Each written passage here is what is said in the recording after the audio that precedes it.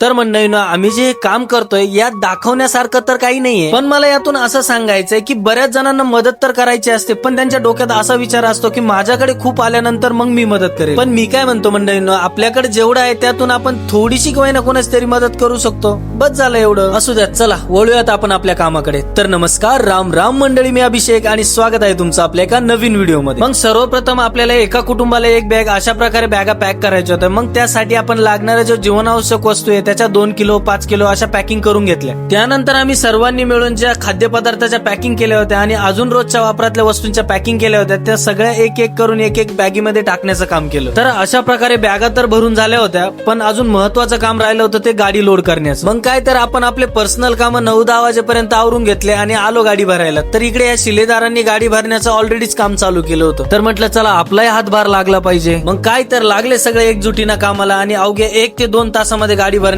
काम फत्ते करून टाकलं. तर अशा प्रकारे रात्रीच सगळं काम फायनल करून घेतलं, कारण पहाटेच गाडी रवाना होणार होती. आणि हो मंडळींनो, ही जी संकल्पना होती आपल्या गुंजाळ सुपर मार्केटचे धाकले मालक शुभमदादा गुंजाळ पाटील आणि त्यांचे सर्व शिलेदार मित्र परिवार आणि ज्या पण मंडळींचं या महत्वपूर्ण उपक्रमात आपलं मोलाचं योगदान होतं त्या सगळ्यांचं माझ्याकडून खूप खूप अभिनंदन, खूप खूप धन्यवाद.